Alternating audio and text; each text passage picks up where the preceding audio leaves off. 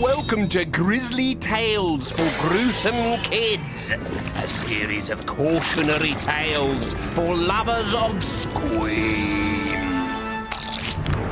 This apple tree has got apples on, and this ladder has got spindle shanks on, see?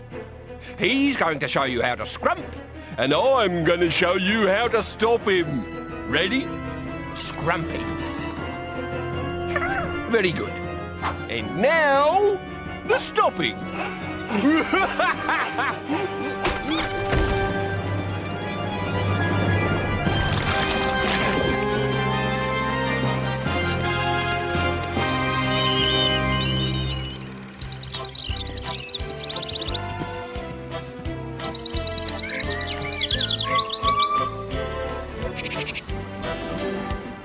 What a summer holes it was. Algy, his best chum Cole, and Algy's dog Stinker were spending 6 whizzing weeks in Kent, where they had formed a ripping gang called the Chums for the express purpose of having adventures and drinking ginger beer. There was Ginger and his little sister Alice, and Sam, who was a girl with a boy's name, but nobody teased her about it because she was really big. Once, horrible Dick Stick called her Sam the Man.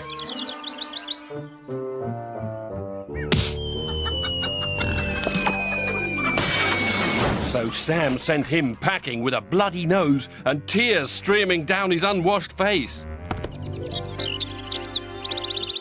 One day, the Chums took their bicycles on an adventure. When you're in that Chums, it vanishes the glums with the wind in our hair. Not a problem, not a care, and a picnic in our tums.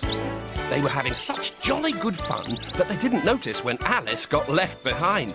I say, Chums, wait for me. I can't keep up. Gosh, where's my little sis? Ginger gasped suddenly. I hope she hasn't fallen off her trike and broken her neck. I vote we stop, said Sam, who, as the biggest, was also the most sensible, so they all stopped.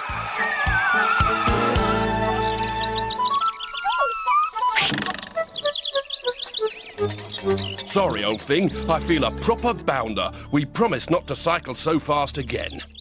That's all right, bro. It was Teddy who was scared. Then they all laughed, and everything was all right again. They cycled across Buttercup Meadow and down through the wood to the stream that bubbled merrily alongside the apple orchard. The sun was devilish hot, so they got off their bikes and opened their picnic there and then.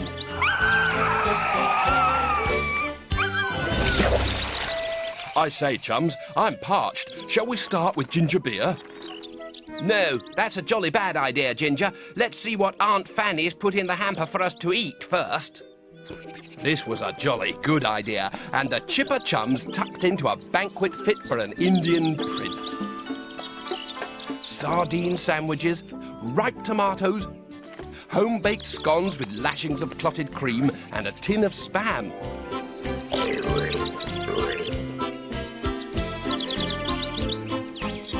There was even a bone for Stinker.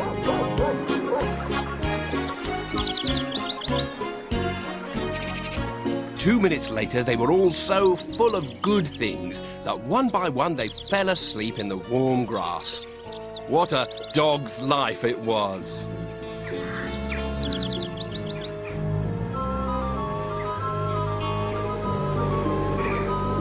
When the Chums woke up, there was a chill in the air. I say, chaps, hadn't we better be getting home soon? But we haven't had our adventure yet. What shall it be? How about fishing? I've got some string in my pocket. But what could we use to make a hook? We could rip out one of Teddy's eyes and bend the pin on the back of that. Oh, I say, Alice, I'm most awfully sorry, old girl. What a cad I am. I completely forgot that you love your Teddy. Why don't you choose what we do? Rightio. I want a big, shiny apple. Oh, yes! What a wizard wheeze! Scrumping! But scrumping is stealing, and those apples belong to Farmer Tregowan. Don't be such a Tommy Rotten weed. We'll only take a few. Here, here, he'll never miss them. Then that's settled. Scrumping it is. And everyone shouted, "Hurrah!"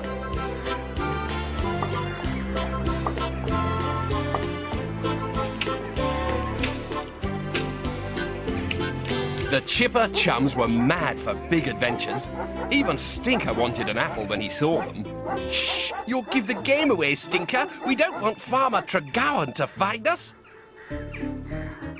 How are we going to pick the apples? We could use that ladder. Poppycock, it's much more of an adventure if one of us stands on someone else's shoulders. Isn't that very, very dangerous? Not if it's me underneath, said Sam bravely. But you're a girl. I could always slap you like I did Dick Stick. Oh, gosh, sorry, said Ginger for the third time that day. And Bag's eyes stand on her shoulders. Bravo, Cole! Good luck! And everyone shook Cole's hand.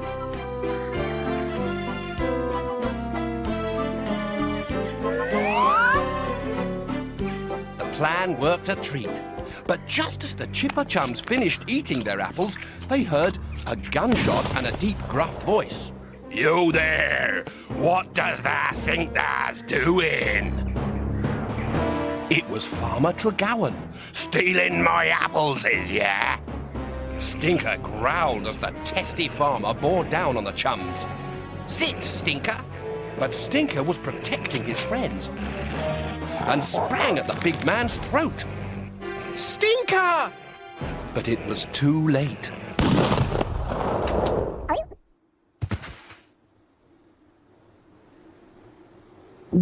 I say, gosh, that was a pretty rotten thing to do.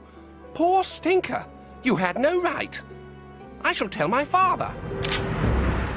Yous can tell who he likes, but them's my apples you been eating. Now look here, we're bally sorry for Scrumping, but there's no need to take that tone with us. Alice is only a baby. Please let us go. But if I lets he go, how does I get my apples back? You could give us a cracking good clip round the ear, then forget all about it. Yes, a biffing box on the nose. Hurrah! No, I needs every apple I's got for my cider. But we've eaten them.